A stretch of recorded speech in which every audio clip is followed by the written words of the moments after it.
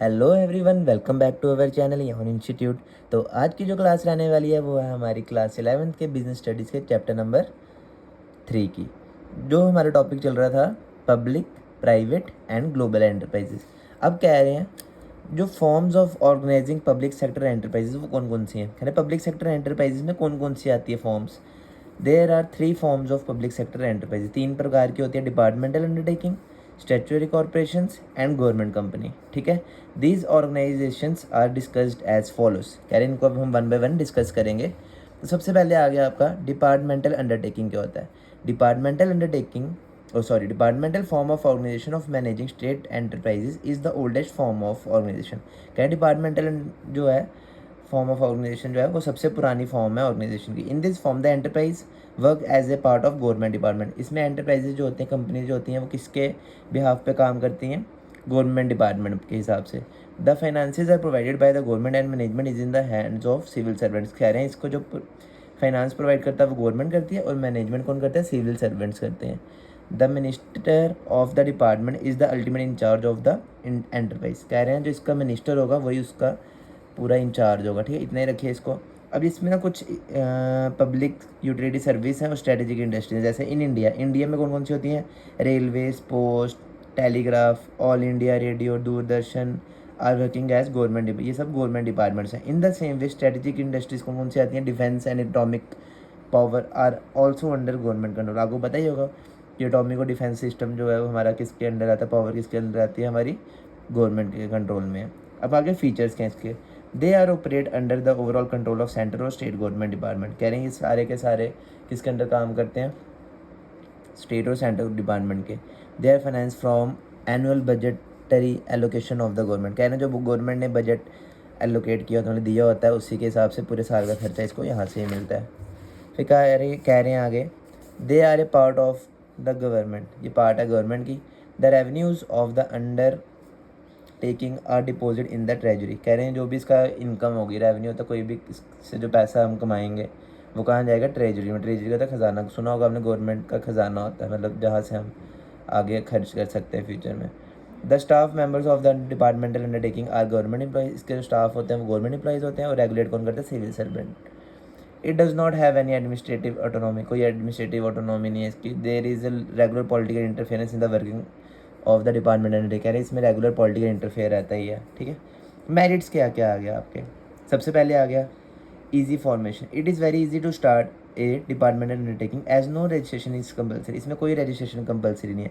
Optimum utilisation of funds, मतलब अच्छे तरीके से यूटिलाइज करने हैं पैसों को। There is optimum utilisation of fund, there is budgetary allocation of funds and proper audit is done for the expenses. कह रहे हैं इसमें आपको बजटरी एलोकेशन मिलता है फंड्स का और आपको प्रॉपर ऑडिट करना पड़ता है, जहाँ सारे के सारे ऑडिट होता है, प्रॉपर चेक करना सारे के सारे खर्चों को अपने। Effective control, departmental undertaking are completely under control government control. कह रहे हैं पूरे की पूरी गवर्नमेंट के अंडर ही कंट्रोल होती है।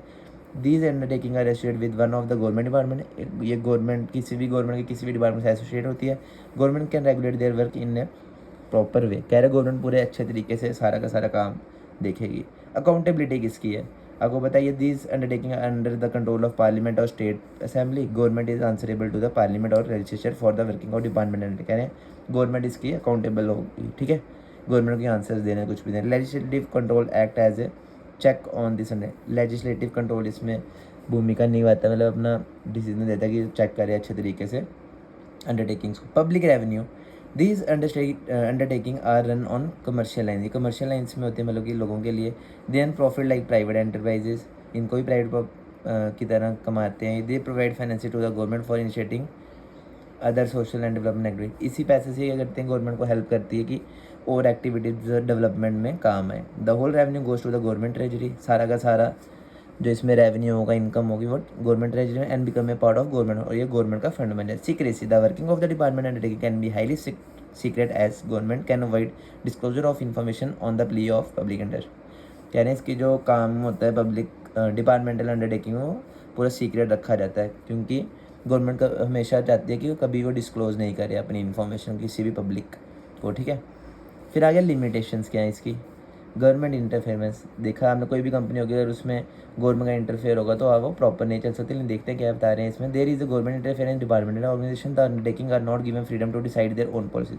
यार इसमें क्या है कि कंपनियों को, एंटरप्राइजेस को अपनी पॉलिसीज नहीं बनानी, गवर्नमेंट की पॉलिसी होंगी वो। Inefficient management, department undertaking are like administrative department. इसमें क्या होता है कि जो सिविल सर्वेंट होता है वही आते हैं। सिविल सर्वेंट गिव कंट्रोल, उनको सारा कंट्रोल दिया जाता है संभालने का। There is a shortage of competent person who have commercial experience. कह रहे हैं लेकिन ना, अब कोई भी काम होता है उसके लिए एक्सपीरियंस चाहिए होता है, ठीक है आपको। अब वहाँ पे जो है वहाँ पे कॉम्पिटेंट बल्कि जिनके पास स्किल्स होंगी वो वाले पर्सन चाहिए, लेकिन वहाँ पे सिविल सर्वेंट को उनके पास कोई स्किल्स नहीं है। Civil servant are not suitable for running commercial organisation. कह रहे हैं कभी भी सूटेबल नहीं होते, ये भी एक इसकी क्या है लिमिटेशन है। They are often transferred to other post, उनको दूसरी पोस्ट में भेज देते हैं तभी। Centralisation of powers, all policies are decided at the ministerial level. कह रहे हैं सारी पॉलिसी होती हैं सब मिलकर डिसाइड करते हैं मिनिस्ट्री लेवल में। The power are centralise at higher level, powers high level को दी जाती है। It adversely affect the efficiency of the concern. उसके कारण क्या होता है कि जो काम करने का तरीका होता है बिजनेस का कंसर्न का वो थोड़ा कम होता है। रेड टेपिंग क्या होता है, there is a delay in taking important decision. कभी कभी क्या होता है कि आपका डिले हो रहा है इंपॉर्टेंट डिसीजन लेने के लिए। Red tapeism is prevalent as in other government department. Red tapeism क्या होता है कि आपको बचाता है बाकी गवर्नमेंट डिपार्टमेंट से। Commercial organisation can not afford delay in taking. Commercial organisation जो होती है ना लोगों के लिए जो बनी है वो कभी भी अब डिसीजन लेट नहीं जाती, वो चाहते हैं कि हमारा क्विक डिसीजन हो। इनएफिशिएंसी क्या होता है कि कम मतलब सही तरीके से नहीं करना काम को। फिर आगे political changes effect their working. अब कभी कोई पार्टी चल रही है मेजॉरिटी में, अब बाई चांस वो गिर जाती है तो उसके बाद जो दूसरी पार्टी आएगी अब उसको करेगी तो वो हैंडल करेगी, थोड़ा उसको टाइम लगेगा, ठीक है ना। पढ़ लेते हैं। The change in government involve shift in policies of department and. कह रहे हैं गवर्नमेंट चेंज होगी तो इसके पॉलिसीज भी चेंज होंगी। Every political party tries to manage department undertaking according to manifesto. कह रहे हैं जो भी उन्होंने अपने इलेक्शन मैनिफेस्टो में लिखा होगा कि हमने ऐसे करना है ऐसे करना, उस हिसाब से इनको डिसीजन वो लेने पड़ेंगे पार्टी को। ये भी इसके काम को रोकता है, ठीक है।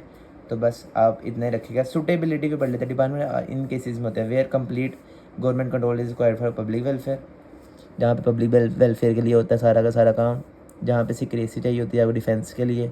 और अंडरटेकिंग ये सोर्स है, ये रेवेन्यू सोर्स ऑफ रेवेन्यू, जैसे फॉर एग्जांपल रेलवे। अब रेलवे से अगर कोई लोग जाते हैं तो वो टिकट लेते हैं ना, तो ये रेवेन्यू सारा किसको जाता है, गवर्नमेंट को जाता है, जो भी उसके बेनिफिट्स होंगे, ठीक है।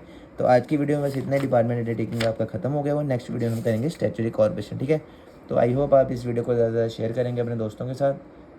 तो आज के लिए बस इतना ही, ठीक है। Thank you.